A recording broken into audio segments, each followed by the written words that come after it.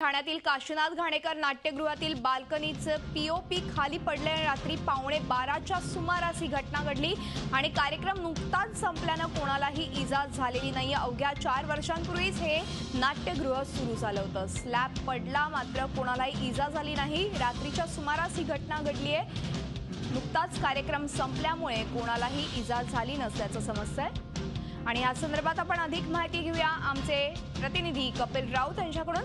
कपिल, हे स्लॅब पडलेला आहे ह्या नाट्यगृहाचा काय सविस्तर माहिती आहे? सध्या तिथे परिस्थिती काय आहे? मधुरा, खरंच मोठी बातमी आहे खरं म्हणजे ठाणेकरांसाठी। एकंदरीतच काशीनाथ घाणेकर हा 4-5 वर्षापूर्वीच सुरू झालेलं नाट्यगृह होतं आणि सर्वात महत्त्वाचं म्हणजे ठाणे महानगरपालिकेचं हे नाट्यगृह आहे आणि त्यामुळे जी घटना घडलेली आहे खूप दुर्दैवी घटना आहे। कारण की जर इथे शो सुरू असता तर मोठी दुर्घटना झाली असती, कारण की 250 सीट्सवरती हा स्लॅब पडलेला आहे। 250 सीट म्हणजे 250 माणसं तिथे अडकली असती आणि मोठी दुर्घटना झाली असती। पण सुदैवाने मात्र तिथे कोणी नव्हतं आणि शो जस्ट संपला होता।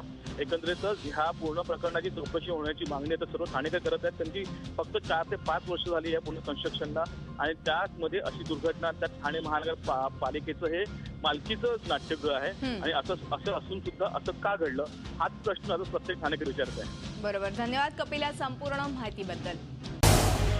झी 24 तास रहा एक पाऊल पुढे।